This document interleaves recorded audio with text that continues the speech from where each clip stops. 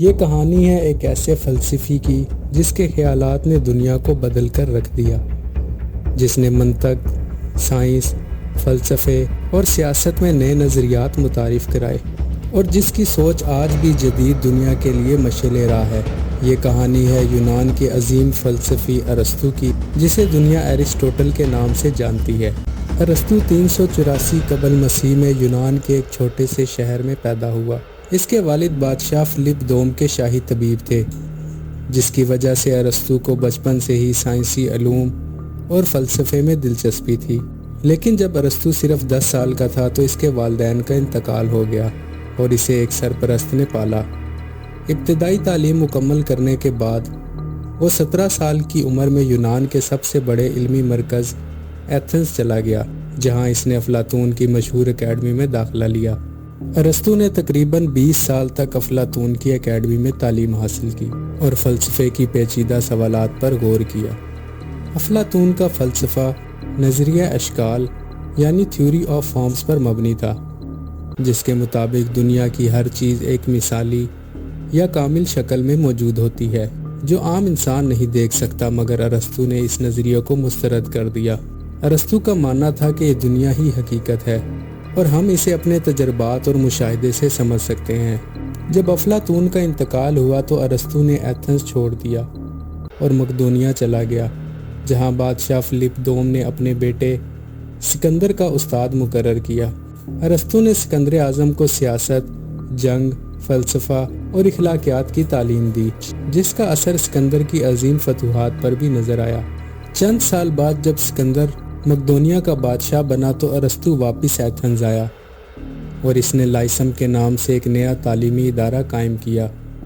یہ ارسطو کا ذاتی اسکول تھا، جہاں وہ سیکھنے اور سکھانے کے جدید اصول متعارف کراتا تھا۔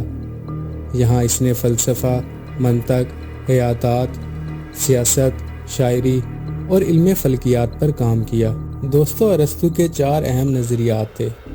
پہلا نظریہ منطق، جسے لاجک کہا جاتا ہے۔ ارسطو کو منطق کا بانی کہا جاتا تھا۔ اس نے قیاس کا اصول واضح کیا، جس میں 2 بیانات سے ایک نیا منطقی نتیجہ اخذ کیا جاتا ہے۔ مثال کے طور پر تمام انسان فانی ہے، سقراط ایک انسان ہے، لہٰذا سقراط بھی فانی ہے۔ یہ اصول آج بھی جدید منطق اور سائنسی تحقیق کی بنیاد ہے۔ دوسرا نظریہ حیاتیات یعنی بائیولوجی ہے۔ ارسطو نے زندہ جانداروں کو مختلف گروہوں میں تقسیم کرنے کا کام کیا، جو آج کی جدید کلاسیفیکیشن بائیولوجیکل کی بنیاد ہے۔ تیسرا نظریہ سیاست اور حکمرانی کے اصول۔ ارسطو نے اپنی مشہور کتاب پالیٹکس میں مختلف طرز حکومت کا تجزیہ کیا اور بتایا کہ بہترین حکومت کیا ہوتی ہے۔ اس نے 3 قسم کی حکومتوں کا ذکر کیا، جس میں بادشاہت، اشرفیہ کی حکومت اور جمہوریت ہے، یعنی عوام کی حکومت سب سے بہتر ہے، لیکن اگر عوام ناسمجھ ہو تو یہ بھی ناکام ہو سکتی ہے۔ یہ خیالات آج کی جدید سیاست میں بھی نظر آتے ہیں۔ آخری نظریہ شاعری اور ادب پر اثرات ہے۔ ارسطو نے اپنی کتاب بوتیکا میں ڈرامہ اور شاعری کے اصول بیان کیے، جو آج بھی فلم انڈسٹری اور کہانی نویسی میں استعمال ہوتے ہیں۔